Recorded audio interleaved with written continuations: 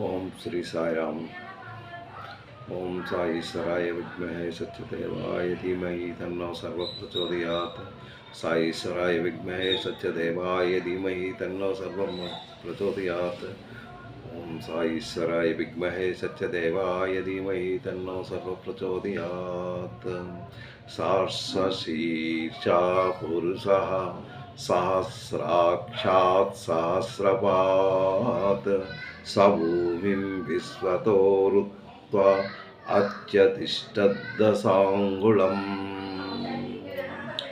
ఓం శాంతి శాంతి శాంతి. రాయరాం. మనం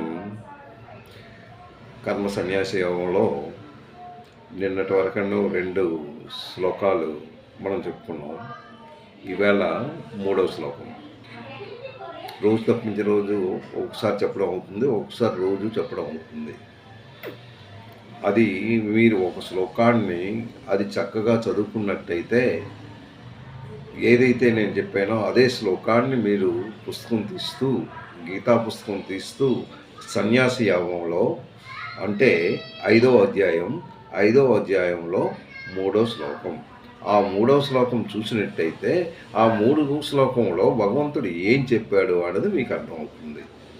అది భగవంతుడు చెప్పిన ప్రతి విషయం ఈ కర్మ సన్యాసం.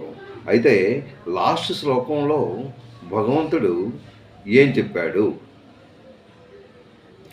లాస్ట్ శ్లోకంలో ఆయన ఏంటంటే ఏదో ఒకటి చెప్పమని ఫస్ట్ చెప్పాడు. ఎవడు? అర్జునవాచ. అయితే 2వ శ్లోకంలో 2 మంచివే, 2 శ్రేయస్కర్మలే, 2 మంచి ఫలితాన్నే ఇస్తాయి. నువ్వు సన్యాసంలో ఉన్నా మంచి ఫలితం ఇస్తుంది, కర్మయోగంలో ఉన్నా మంచి ఫలితమే ఇస్తుంది. అయితే ఈ 2 ఫలితాల్లో ఏదో ఒకటే అన్నావు కనుక నువ్వు కర్మయోగంలో ఉంటేనే మంచిది. ఎందుకు అంటే నువ్వు క్షత్రియ వంశంలో పుట్టావు కనుక ఆ క్షత్రియ వంశంలో ఏదైతే ఉందో దాన్ని నువ్వు సాధించాలి. అంటే నువ్వు క్షత్రియ వంశంలో ఒక రాజుగా ఉన్నావు అంటే రాజు తాలూకా పరిపాలన ఏంటంటే శత్రువుల్ని లోపలికి రాకుండా ప్రజల్ని సుఖంగాను చక్కగా ఉంచే బాధ్యత నీది. అందు గురించి నువ్వు దేనికి ఒక క్షత్రియ వంశంలో పుట్టావు కనుక నీ తాలూకా డ్యూటీ నువ్వు నిర్వర్తించు. అది నిర్వర్తించాలి అంటే నువ్వు కర్మయోగంలో ఉండాలి. అది ఉంటూ నీవు ఈ ధర్మాన్ని, నువ్వు కింద పడిపోయిన ధర్మాన్ని దాన్ని నిలబెట్టాలి. ఏదైతే అధర్మంగా ఉందో ఆ అధర్మాన్ని నువ్వు తెలియచేయాలి అని చెబుతూ అది 2వ శ్లోకంలో చెప్తూ 3వ శ్లోకంలో ఏం చెప్తున్నాడో మనం విందాం. జాగ్రత్తగా ఆ 3వ శ్లోకాన్ని మీరు పట్టుకున్నట్టయితే అది చక్కగా మీకు చక్కగా ఉంటుంది. జ్యేయం మొట్టమొదట ఏంటన్నాడు? జ్యేయం. జ్యేయం అంటే తెలుసుకో. ఏంటి తెలుసుకుంటావు? స నిత్య సన్యాసి. నిత్య సన్యాసి యం ద్వేష్టిన కాంక్షతి. జ్యేయం నా నిత్య సన్యాసి యోన ద్వేష్టిన కాంక్షతి. కాంక్షతి అంటే ఆశించడం. నిత్య సన్యాసి. నిత్య సన్యాసి అంటే నువ్వు సదా సన్యాసిగా ఉన్నట్టయితే, నువ్వు సన్యాసిగా ఉండాలనుకుంటున్నావు కానీ సన్యాసిగా నువ్వు ఎంటైటిల్డా? నువ్వు సన్యాసిగా ఉండడానికి నీకు అర్హత ఉన్నదా లేదా? అది నీకు కావాలి. ధ్యేయం ముందు నీ గురించి నువ్వు తెలుసుకో. నిత్య సన్యాసి అంటే సదా సన్యాసిగా. ఓ అర్జున, నువ్వు సదా సన్యాసిగా ఉండాలనుకుంటున్నావు కానీ నువ్వు నీలో ఉన్న గుణాలు ఏంటో ఒకసారి ఉంటు. నువ్వు ఇప్పుడు ఎలాగున్నావు? మమకారంతో ఉన్నావు.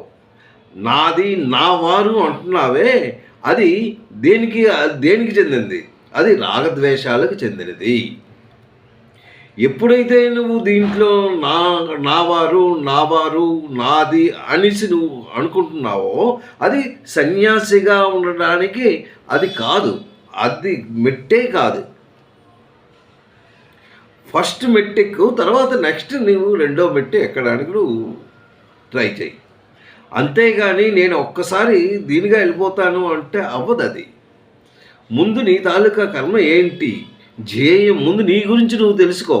నిత్య సన్యాసి ఎప్పుడైతే నిత్య సన్యాసిగా నువ్వు ఉండాలనుకుంటున్నావో నీలో ఉన్న ఏంటంటున్నాడు, యో ద్వేష్టి నా కాంక్షతి, నా ద్వేషి అంటే నువ్వు నీలో ద్వేషం ఉండకూడదు, నీలో ఆశలు కూడా నువ్వు నీలో ఉండకూడదు. ధ్యేయం నత్య సన్యాసి యో నదేష్టి నా కాంక్షతి. ఫస్ట్లో అది చెప్పాడు.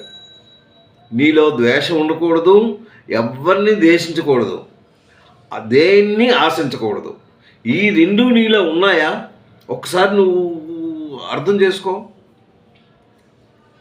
నీలో ద్వేషగుణం ఉన్నది కనుక నువ్వు కర్మయోగం చేయక తప్పదు నాన్న అని చెప్తున్నాడు అనమాట. ధ్యేయం సనిత్య సన్యాసి యో నదేష్ట న కాంక్షతి నా ద్వేష్టి న కాంక్షతి. ఆ ద్వేషం లేకుండా, ఆ తర్వాత ఆశలు లేకుండా నువ్వు ఉన్నట్టయితే నువ్వు దానికి ఎలిజిబిలిటీ. నిర్బంధో ఇంకేంటి కావాలి నీలో, రాగద్వేషాలు. నిర్ద్వందో నిర్ద్వందాహి మహాబాహో. ఇక్కడ రెండవ దాంట్లో నిర్ద్వందో హి మహాబాహో సుఖం బంధాత ప్రముచ్యతే. ప్రముచ్యతే ముక్తుడవుతావు. ఎప్పుడు నువ్వు ముక్తుడవుతావు, నీలో ఉన్న రాగద్వేషాలు ఏమీ ఉండకుండా ఉన్నట్టయితే నువ్వు సుఖంలో ఏదైతే ఈ సంసార సాగరంలో ఉన్నావో, సుఖం దుఃఖం వీటి నుంచి నువ్వు బయటికి రాగలవు. ఎప్పుడు నీలో రాగద్వేషాలు లేకుండా ఉన్నట్టయితే. ఎవరిని ద్వేషింపకుండా, దేన్ని కాంక్షింపకుండా నిత్య సన్యాసిగా నువ్వు ఉండాలి అంటే నీలోని రాగద్వేషాది ద్వంద్వములు ఇవన్నీ విడిచిపెట్టాలి. ఇవి విడిచిపెట్టినట్టయితేనే నువ్వు దానికి ఎలిజిబిలిటీ అవుతావు. అందుగురించి కర్మయోగి ఇక్కడ ఫస్ట్ ఏంటి కావాలి, నీలో ఏం కావాలి అన్నది నీకు కావాలి. ముందు సన్యాసం అంటే ఏంటో నువ్వు తెలుసుకో. You must know what is the meaning of సన్యాసం.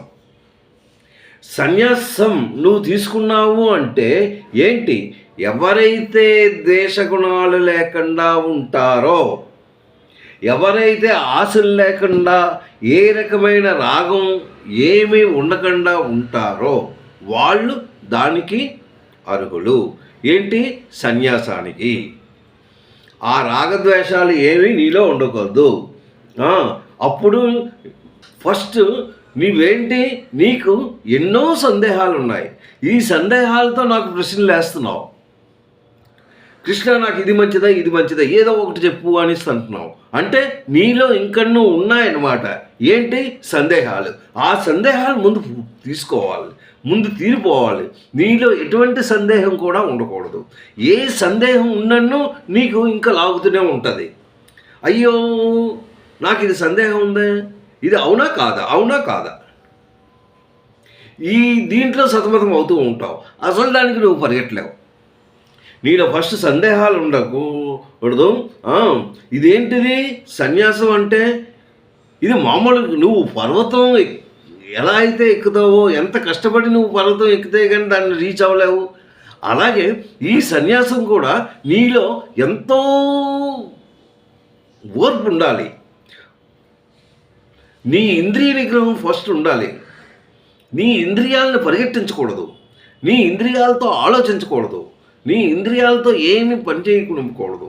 ఇంద్రియాలు ఎప్పుడైతే నువ్వు పనిచేస్తున్నావో బాహ్య దృష్టిలో నీకు అన్ని కావాలి కావాలి కావాలి కావాలి అనేసి నువ్వు పరిగెడుతూనే ఉంటావు.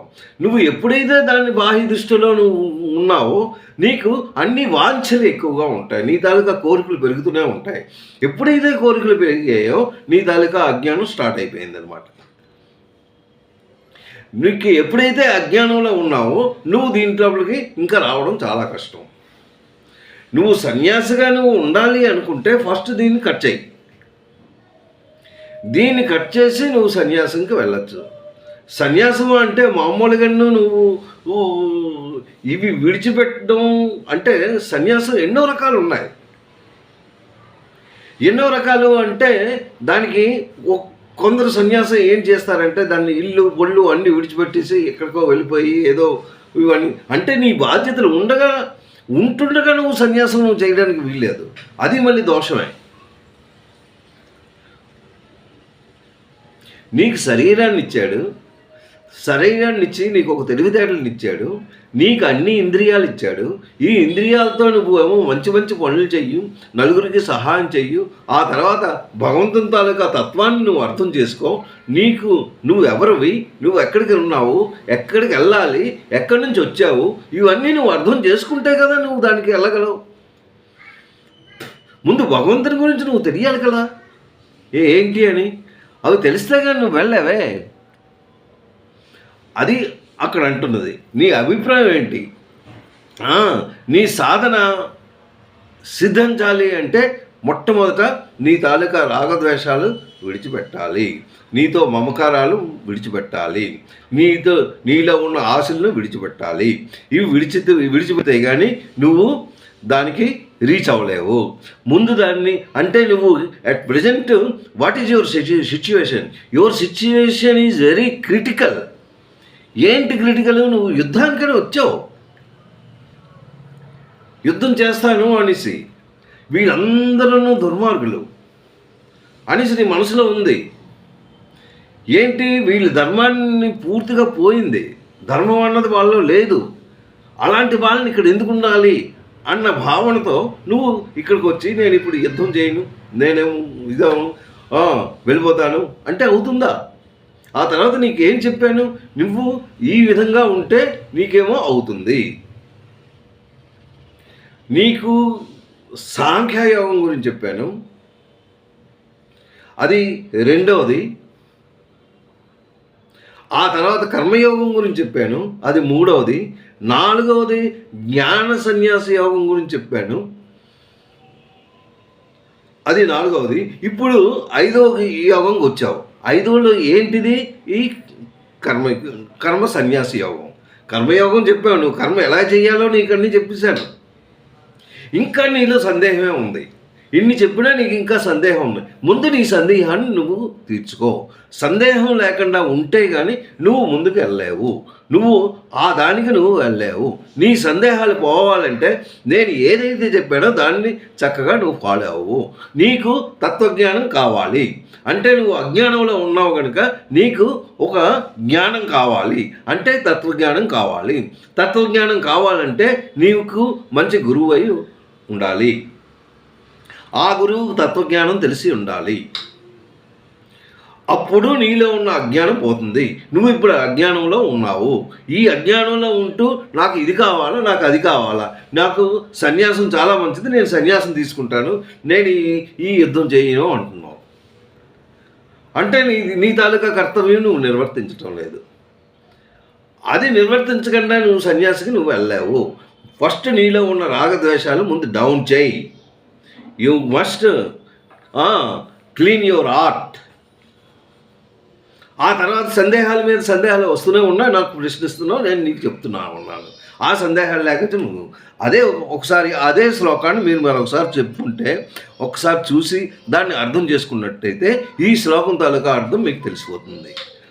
ప్రతి శ్లోకము చాలా ఇంపార్టెంట్, చాలా విలువైన శ్లోకం. ఆయన నోటి నుంచి వచ్చిన మాట. అది ఎవరికి చెప్తున్నాడు? అర్జునుడికి. అర్జునుడికి చెప్పినట్టు కాదు, మనకి చెప్పినట్టే. ఇక్కడ ఏంటంటున్నాడు? జ్ఞేయం తెలుసుకో అంటున్నాడు. ఏంటి? నిత్య సన్యాసి. నువ్వు సదా సన్యాసిగా ఉండాలనుకుంటున్నావే, అది ఉండాలి అంటే నీకు ఏంటి ఎలిజిబిలిటీ కావాలి? నిత్య సన్యాసి యో న ద్వేష్టి న కాంక్షతి నా ద్వేష న కాంక్షతి. ముందు నీ ద్వేషం నీకు లేకుండా ఉండాలి. కాంక్ష అంటే ఆశించడం, ఆశ అన్నది నీలో రాకూడదు. అది లేకుండా ఉంటే నిర్ద్వందో అంటున్నాడు. నిర్ద్వందో హి మహాబాహో సుఖబంధాత్ ప్రముచ్యతే. ఇంతే శ్లోకం. అంటే నిర్ద్వంద్వం అంటే రాగద్వేషాలు లేకుండా నీలో ఉండాలి, ద్వేషగుణం లేకుండా ఉండాలి, ఆశగుణం రాకుండా ఉండాలి. ఇవన్నీ ఉన్నట్టయితే నీకు మంచి, అంటే నువ్వు దీనికి ఎలిజిబిలిటీ అవుతావు, అప్పుడు నువ్వు సన్యాసి అవుతావు. కానీ అట్ ప్రజెంట్ నీకు కర్మయోగమే తప్పదు, నువ్వు కర్మయోగం చెయ్యాలి. అప్పుడు నువ్వు ఏదైతే ఉన్నదో నువ్వు కర్మయోగంలో ఉంటూ దీన్ని నువ్వు సాధించగలవు. ఇవి విడిచిపెడుతూ నువ్వు దీన్ని కూడా నువ్వు సాధించగలవు. దీంతో కూడా నీకు మోక్షం వస్తుంది అక్కడ. అందుకే అంటున్నాడు సుఖం బంధాత్ ప్రముచ్యతే.